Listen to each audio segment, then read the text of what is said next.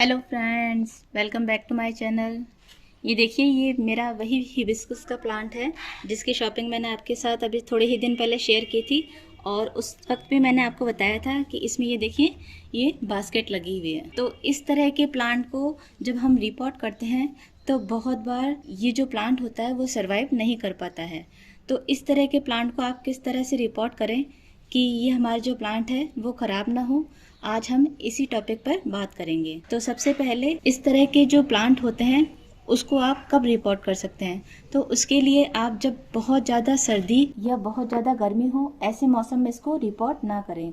ऐसे प्लांट की रिपोर्टिंग या तो आप मानसून सीजन में कीजिए या फिर ऐसे सीजन में कीजिए जब न तो बहुत ज़्यादा गर्मी हो और न बहुत ज़्यादा सर्दी हो। क्योंकि जब बहुत ज़्यादा गर्मी होगी या बहुत ज़्यादा सर्दी होगी तो इसके सर्वाइव करने के चांसेस बहुत ही कम रहेंगे। तो चलिए हम इसको रिपोर्ट करते हैं। और फिर भी आप रिपोर्ट करने के बाद अगर आपको लगे कि आपका प्लांट मरने लगा है तो आप ऐसी कौन सी चीज़ यूज़ करें कि आपका प्लांट वापस सही हो जाए, वो भी मैं आपके साथ इस वीडियो में शेयर करूँगी। तो चलिए इसको रिपोर्ट करते हैं। तो उसके लिए सबसे पहले तो इसको मैं इस पॉट से बाहर निकालूंगी। तो देखिए, हमने अपने इस प्लांट को इस पॉट से बाहर निकाल लिया है। ये देखिए इसकी कितनी अच्छी सी जड़ें हैं। तो ये टोकरी निकालने के लिए पहले तो हमको इसकी जो आसपास की मिट्टी है वो हल्के हाथों से हटानी पड़ेगी। बहुत ही हल्के से हटानी है ताकि जो इसकी रूट्स है वो डिस्टर्ब ना हो। ये मेरा कोकोपीट और मिट्टी में लगा हुआ है इसलिए ये आसानी से हट रही है।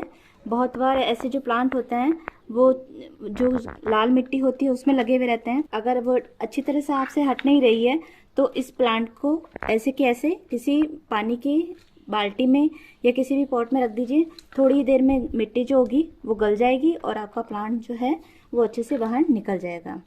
बहुत धीरे धीरे करना है ताकि जो इसकी ये रूट्स है वो कम से कम टूटें। तो देखिए, मैंने ये जो टोकरी है इसके आसपास की जो मिट्टी थी वो हल्के हाथों से हटा दी है। ये बाकी ये जो जड़ें हैं उनको बिल्कुल मैंने छेड़ा नहीं है, केवल यहाँ से जो जहाँ से हमको टोकरी हटानी है वहाँ से हटा दी है मिट्टी इसकी। और अब ये टोकरी जो है वो हम हटा देंगे। अभी तो जैसे ये मेरे ऊपर ही दिख रही थी गमले में टोकरी लगी हुई है।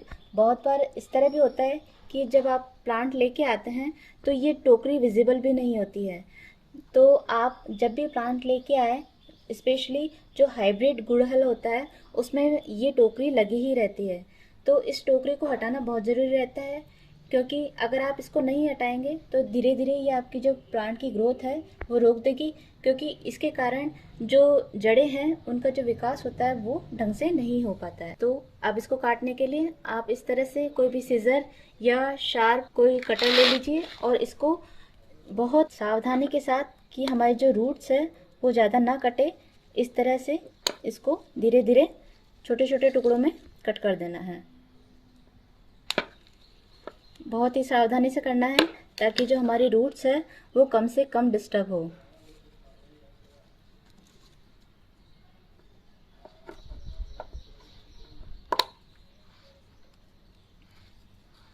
तो देखिए, ये इस तरह मैंने काटते हुए इस टोकरी को पूरा निकाल दिया है। ये देखिए, इसको मैंने बहुत सावधानी से निकाला है ताकि जो हमारी रूट्स है वो बिल्कुल भी डिस्टर्ब ना हो। ये देखिए, इसका रूट बॉल ऐसे कैसे है। तो आपको भी इसी तरह धीरे धीरे आराम से कट करते हुए इसको निकालना है। तो चलिए अब हम इसको रिपोर्ट करेंगे। तो इसको रिपोर्ट करने के लिए ये मैंने मिट्टी का पॉट लिया है और इसमें ये जो मिट्टी है वो मैंने एक हिस्सा गार्डन सॉइल ली है, एक हिस्सा इसमें कंपोस्ट ली है और एक हिस्सा मैंने इसमें सैंड ली है। तो अब हम इसको ऐसे कैसे इसमें रख देंगे। और जो ये इसके साथ की मिट्टी थी, अगर वो लाल मिट्टी या काली मिट्टी हो तो आप चेंज कर दीजिए।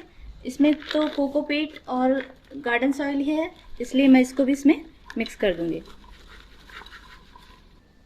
तो देखिए, हमारा प्लांट अब लगकर बिल्कुल तैयार है। तो अब इसके बाद हम ऐसा क्या यूज़ करें कि हम अपने प्लांट को शॉक में जाने से बचा सकें। वैसे तो हमने बहुत सावधानी रखी है, फिर भी जब हमने इसकी टोकरी काटी तो कुछ जड़ें तो इसकी कट ही गई।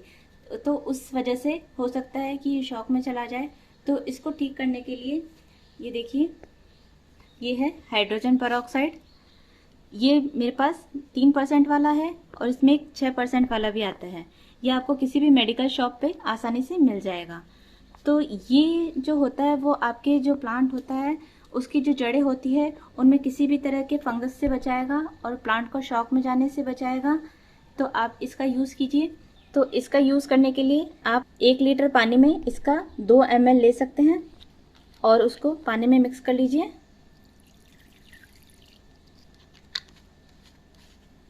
और फिर अपने प्लांट में अच्छे से वाटरिंग कर दीजिए।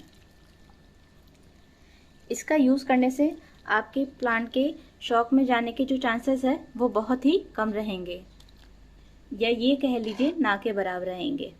अब इसके बाद इस प्लांट को 2 से 3 दिन तक बिल्कुल शेड में रखना है। शेड में मतलब इंडोर नहीं रखना है, जहाँ पर ब्राइट लाइट तो आती रहे लेकिन धूप इस पर ना पड़े। फिर उसके बाद इसको आप धूप में रख सकते हैं। और फिर भी हो सकता है कि 2-3 दिन के लिए जो इसकी पत्तियां हैं वो नीचे की तरफ झुक जाए या मुरझा जाए, तो उसकी चिंता नहीं करनी है। 2-3 दिन तक आपको इसको बिल्कुल शेड में ही रखना है। और पानी जैसे अभी दे दिया, इसके बाद जब इसकी मिट्टी ऊपर से 1-2 इंच सूखी लगे तभी देना है। बहुत जैसे पत्तियां झुक गई तो हमें लगे कि पानी की कमी हो गई है, तो इसमें ओवर वाटरिंग नहीं करनी है। जब मिट्टी ऊपर से 1-2 इंच सूखी लगे तभी पानी देना है। तो आज की वीडियो आपको कैसी लगी? अगर अच्छी लगी हो तो वीडियो को लाइक कीजिए और मेरे चैनल को सब्सक्राइब कीजिए।